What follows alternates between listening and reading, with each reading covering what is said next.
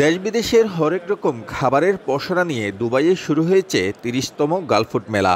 বিশ্বের প্রায় ১৩০টি দেশের ৫,৫০০-এর বেশি খাদ্যপণ্য উৎপাদন, প্রক্রিয়াজাতকরণ ও বিপণন প্রতিষ্ঠান অংশ নিয়েছে এই মেলায়।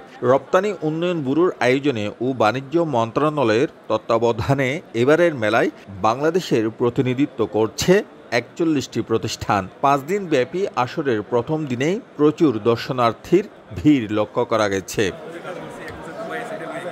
২০১৪ সাল থেকে এই মেলায় সক্রিয়ভাবে অংশগ্রহণ করে আসছে দেশের শীর্ষস্থানীয় ভোগ্যপণ্য প্রস্তুতকারক প্রতিষ্ঠান সিটি গ্রুপ।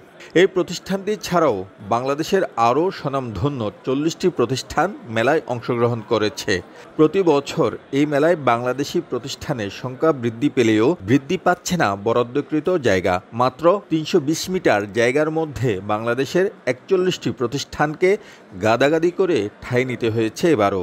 এবছরে আমরা আমাদের যে সমস্ত পণ্য রয়েছে তার পাশাপাশি আমরা রাস্ক, যেটি আমরা প্রিমিয়াম কোয়ালিটির, এবং আমরা মনে করি যে এই রাস্ক নতুনত্ব নিয়ে এসেছে। এই আসরে ক্রেতা ও দর্শনার্থীদের পাশাপাশি নতুন পণ্য সম্পর্কে জানতে মেলায় হাজির হয়েছে বিভিন্ন পরিবেশক প্রতিষ্ঠান।